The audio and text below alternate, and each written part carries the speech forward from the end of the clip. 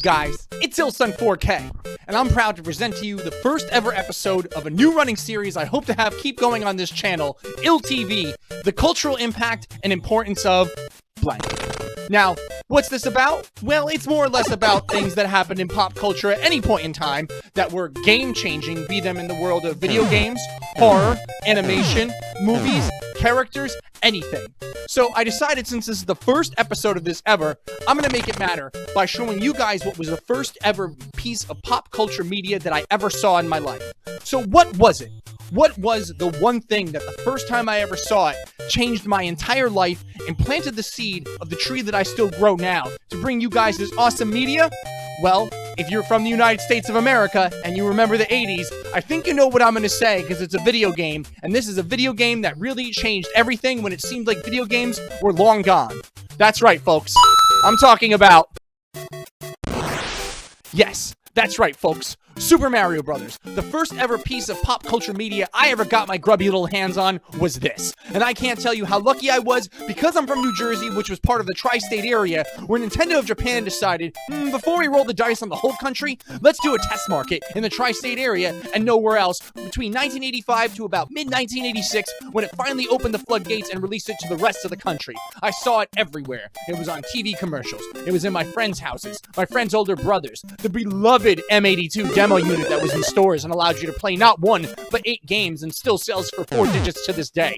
I saw it all and I had to have it all. So in Christmas of '89, despite the fact I couldn't read the words on the screen, I got my own unit, and I cannot tell you how much fun I had and continue to have to this day, still playing emulated versions. So please, join me as we take a look at this first ever pop culture phenomenon that took something from a small scale and turned it into a worldwide one, and see how it all happened, where it started, and why it's so damn important to how we play video games to this day.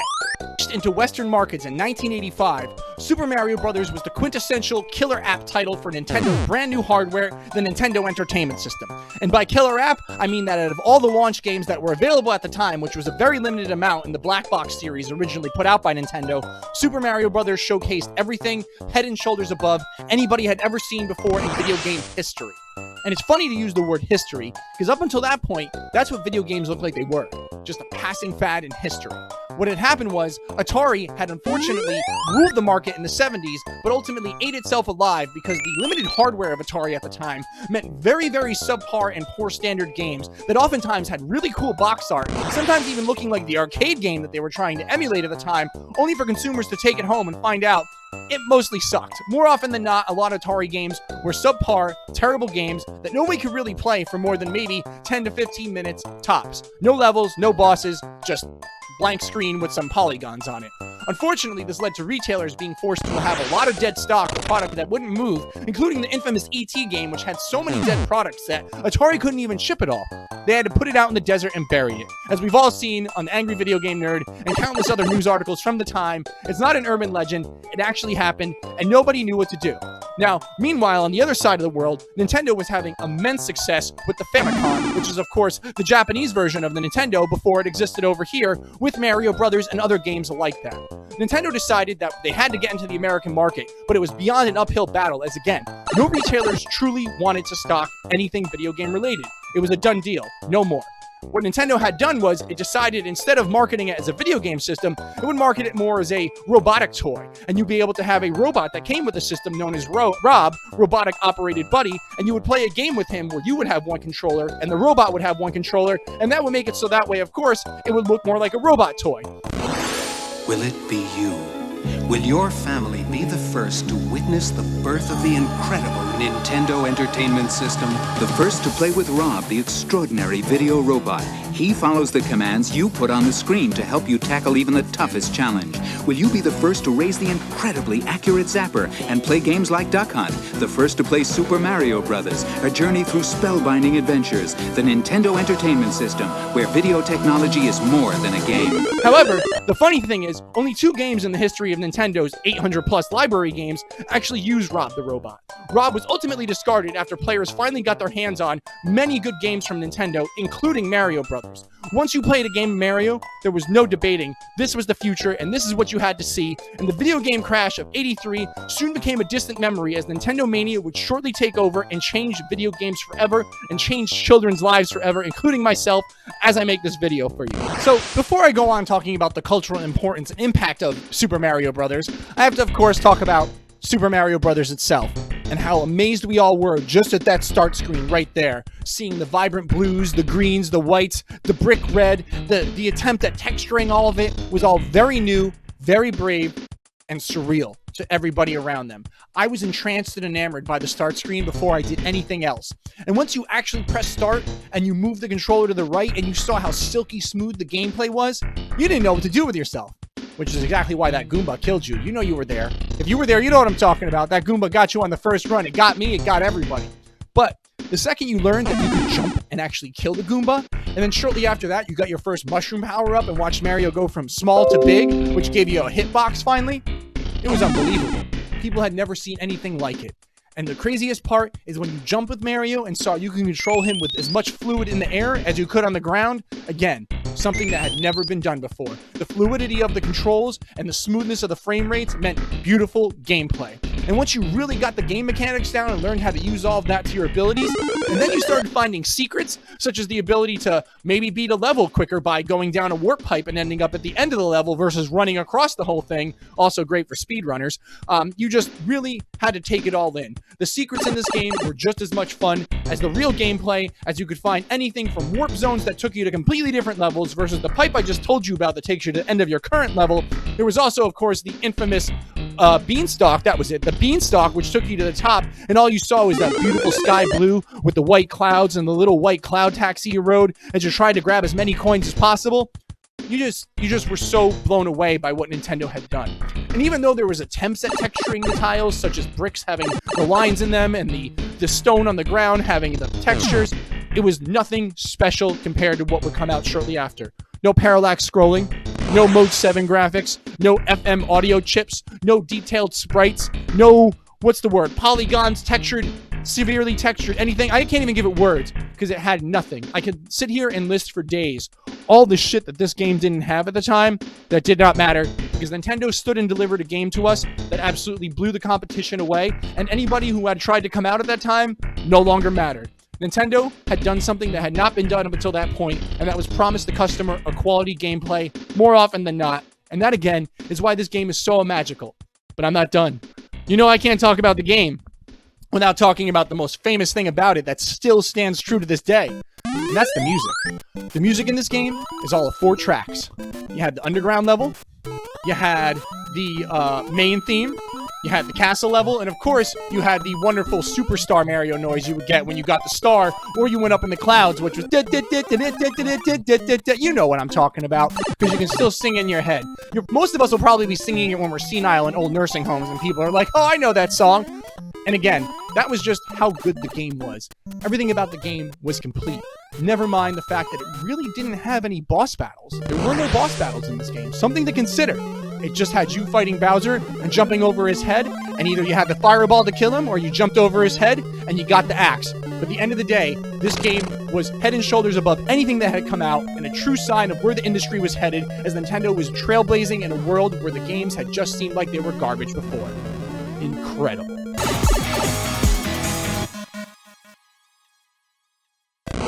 I'm gonna have to break that down into 2 parts.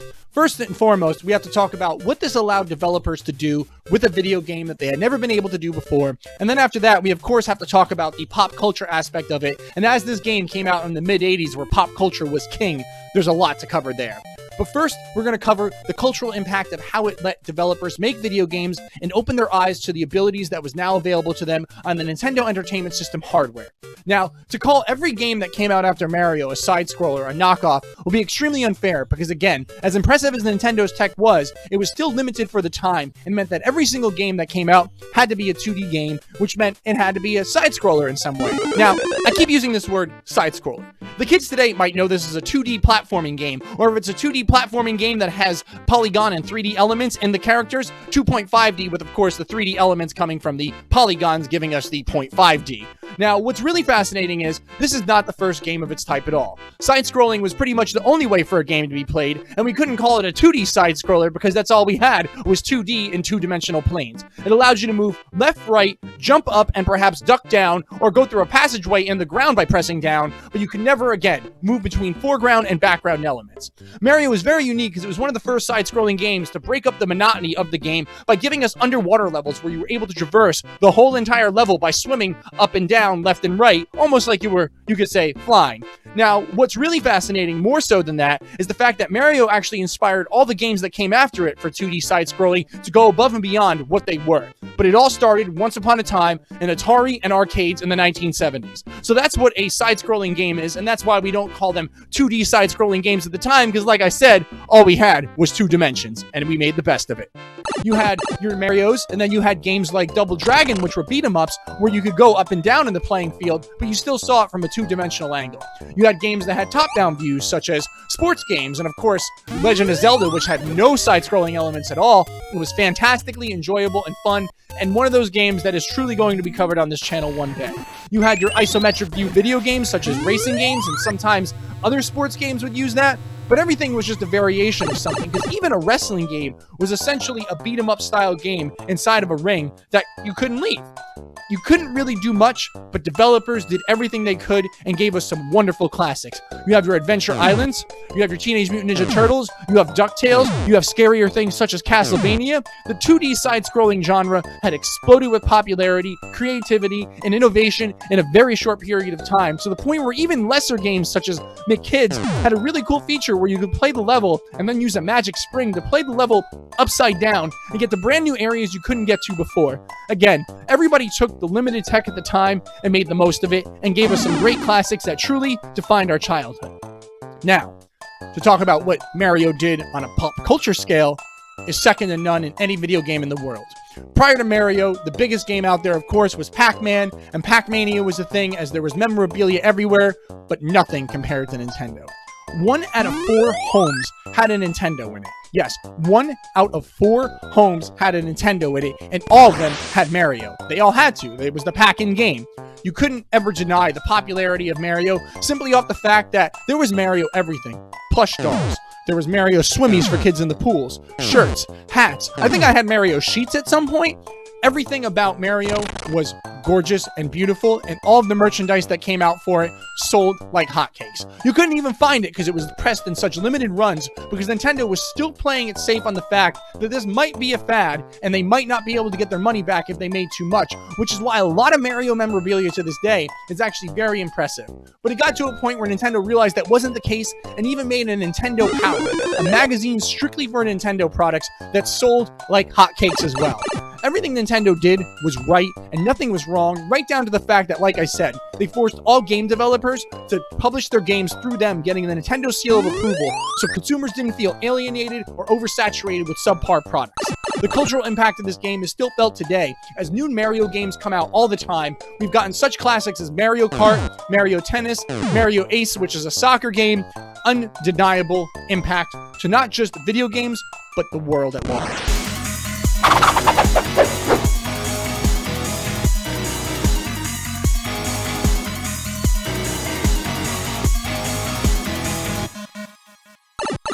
The impact of this game was practically instantaneous at the time, and while it may not seem like a lot of games today, this game sold 29 million copies out the gate.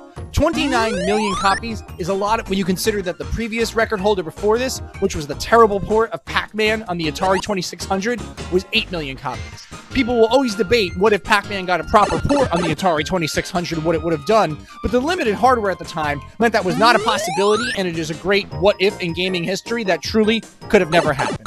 Furthermore, the ability to take Nintendo's intelligence and show how smart they were in the market was immediately doubled when they decided to take the Nintendo Entertainment System and remove the Rob the Robot character and replace it with 2 controllers, a zapper gun, and a combo cartridge that came with Duck Hunt, and you guessed it, Super Mario.